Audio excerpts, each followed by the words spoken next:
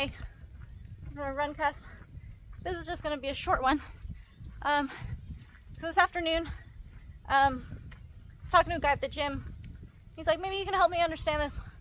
He's like, one trainer is telling me, like this guy at the gym is telling me that I need to be more relaxed.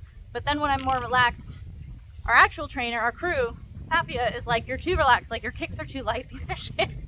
And so my interpretation of this as someone who's gone through this a lot in my time in Thailand, understanding what actually sabai means took me a really long time.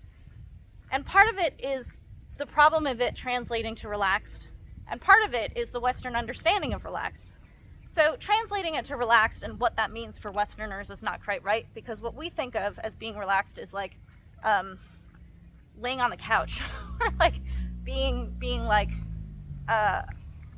what is the word, prone or something, I don't know.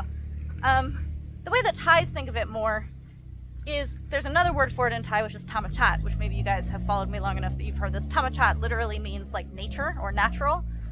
That's more in line with the translation for what sabai should mean when we think about it, is this tamachat, which means natural.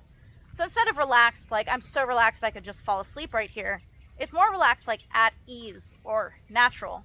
So the way I was explaining it is I was like, if you were to get up from where you are, like you're relaxed right now, like you're at ease right now, this is the sabai they're talking about.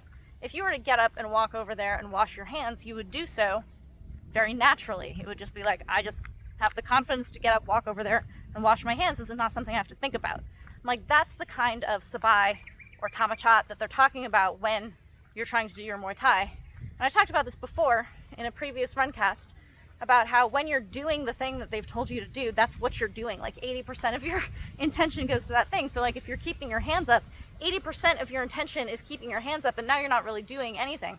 So you have to allow the kick to suck. Like you want to do it as naturally as possible. Like when the trainer tells you to kick, it's not a competition. You don't win by kicking as fast as possible, like a word association. Like they say kick and you kick super fast. That's actually not even what they're asking for. They tell you to kick and you find your balance, you find your rhythm, you find your time, and then you kick at ease, naturally, in the way that like that kick should come out, kind of thing. This shouldn't take a long time, but it might for a little while.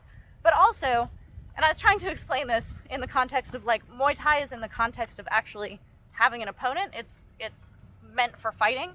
So if you have a, like, you're trying to kick correctly, and this is nice, this is a good thing to be like, oh, I should step over with my leg and I should make sure that I turn my hip and all this stuff. Yes, when you are training a kick on a bag or something like that, you can take all the time you want trying to figure out all of that coordination. But especially on the pads or sometime that you're working with a person and sparring, whatever, if I'm standing in front of my opponent and the moment comes that I should kick and I'm like, better make sure that I step over and do blah, blah, blah. A, it's too late, and B, nobody cares how beautiful that kick was. The kick will be beautiful because, like water over a stone, you've done it so many times, not because you thought through the process of how to throw that kick. All the thinking is done at other times, and it's not done when you're on the pads. You can do it when you're kicking very slowly on a bag, or if you're shadow boxing or something like that, but honestly, just let it suck. Let it be ugly, but natural. Ugly, but flowing. Ugly, but at ease.